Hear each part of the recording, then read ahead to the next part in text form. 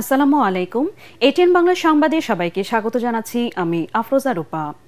এই বছরও বন্যায় বিপর্যস্ত ফেনী, নোয়াখালী সহ দক্ষিণ পূর্বাঞ্চলের কয়েকটি জেলা। টানা বৃষ্টি ও উজানের ঢলে সৃষ্ট বন্যায় ফেনীতে ডুবে গেছে শতাধিক গ্রাম। জেলায় স্থগিত করা হয়েছে আজকের এইচএসসি, আলিম ও ভোকেশনাল পরীক্ষা। নোয়াখালীতে পানিবন্দী হয়ে পড়েছে প্রায় ৬৩,০০০ পরিবার।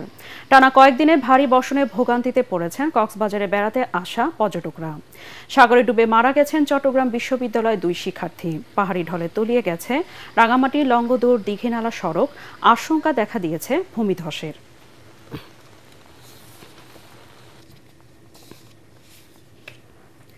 ফেনীর ফুলগাজী থেকে সবশেষ বন্যা পরিস্থিতির খবর পাঠিয়েছেন আমাদের প্রতিনিধি দিদারুল আলম।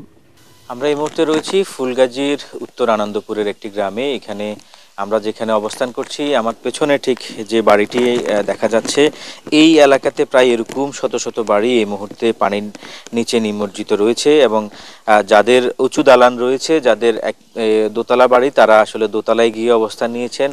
আর যাদের আসলে উপরে একটি ছাদ অথবা টিনের ঘর, তারা কিন্তু হয় নিজের খোলা ছাদে অবস্থান করছেন, নয়তোবা অন্য কারো উঁচু দালানে গিয়ে অবস্থান করছেন। এবং জেলা প্রশাসনের তথ্য মতে গতকাল থেকে এখন পর্যন্ত প্রায় ১০০টির অধিক গ্রাম প্লাবিত হয়েছে, যেখানে ফেনীর মুহুরী, কহু এবং সিলোনিয়া নদীর যে নদী রক্ষাবাঁধ, সেই নদী রক্ষাবাঁধের ২১টি অংশে ভাঙন দিয়ে কিন্তু এখনো অনবরত পানি ঢুকছে। তবে পানি উন্নয়ন বোর্ডের তথ্য মতে পানি এই মুহূর্তে নদীর পানি বিপদসীমার নিচ দিয়ে প্রবাহিত হচ্ছে এবং আগে থেকে কিছুটা পানি কমতে শুরু করেছে, যে কারণে পানি উন্নয়ন বোর্ড কর্তৃপক্ষ জানিয়েছেন যে যদি বৃষ্টি না থাকে সেক্ষেত্রে নদীর পানি প্রবাহ কম থাকবে এবং আস্তে আস্তে করে যে সকল লোকালয়ে পানি ঢুকছে সে সকল লোকালয় থেকে পানি নামতে শুরু করবেন এবং বন্যা পরিস্থিতির কিছুটা উন্নতি হবে।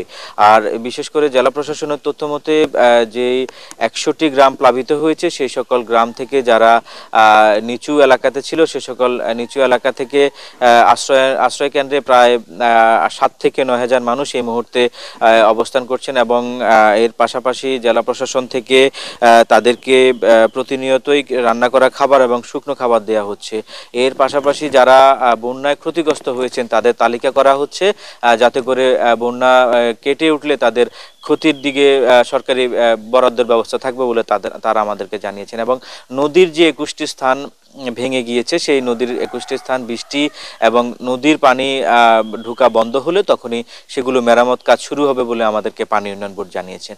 যে এই ছিল আমার কাছে ফেনী থেকে সর্বশেষ। এসএসসি ও সমমান পরীক্ষার ফলাফল প্রকাশ করা হবে আজ। দুপুর ২টায় নিজ নিজ শিক্ষা বোর্ড ফল প্রকাশ করবে। শিক্ষার্থীরা কেন্দ্রীয় ও নিজ শিক্ষা বোর্ডের ওয়েবসাইটে প্রবেশ করে রোল এবং রেজিস্ট্রেশন নম্বর দিয়ে ফল জানতে পারবেন। মোবাইল ফোন থেকেও নির্ধারিত নম্বরে SMS করেও ফলাফল জানা যাবে। এবছর এসএসসি পরীক্ষা শুরু হয়েছিল গত ১০ এপ্রিল, পরীক্ষা শেষ হয় ১৩ মে। এবার পরীক্ষায় অংশ নেয় প্রায় ১৯ লাখ শিক্ষার্থী। এসএসসি ও সমমান পরীক্ষার ফল প্রকাশের পর ৩ ভাবে ফলাফল জানতে পারবেন শিক্ষার্থীরা। ৩ দিনের বিরতি শেষে আবারও শুরু হয়েছে বিভিন্ন রাজনৈতিক দলের সাথে জাতীয় ঐকমত্য কমিশনের সংলাপ।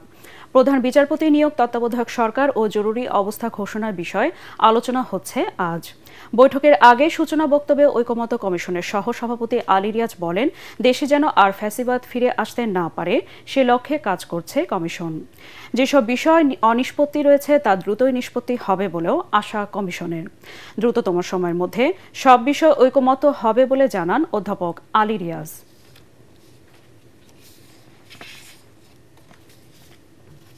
এবার আন্তর্জাতিক। বিশ্বের আরও ৭টি দেশের পণ্যের উপর ২০ থেকে ৩০% পর্যন্ত শুল্ক আরোপ করেছে যুক্তরাষ্ট্র। স্থানীয় সময় বুধবার মার্কিন প্রেসিডেন্ট ডোনাল্ড ট্রাম্প এই শুল্ক আরোপের ঘোষণা দেন।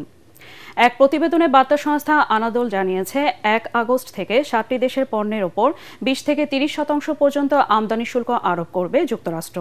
এর মধ্যে ফিলিপাইনের উপর ২০%, ব্রুনেই ও মলদোভার উপর ২৫% এবং শ্রীলঙ্কা, ইরাক, আলজেরিয়া ও লিবিয়ার উপর ৩০% শুল্ক আরোপ করা হয়েছে। খেলার খবর। রিয়াল মাদ্রিদকে ৪-০ গোলে বিধ্বস্ত করে ফিফা ক্লাব বিশ্বকাপের ফাইনালে উঠেছে প্যারিস সেন্ট জার্মেই PSG। শিরোপা নির্ধারণী ম্যাচে রোববার তারা মুখোমুখি হবে চেলসি। চ্যাম্পিয়ন্স লিগ জয়ের পর ক্লাব বিশ্বকাপ জয়ের হাতছানি এবার লুইস এনরিকের ক্লাবের সামনে।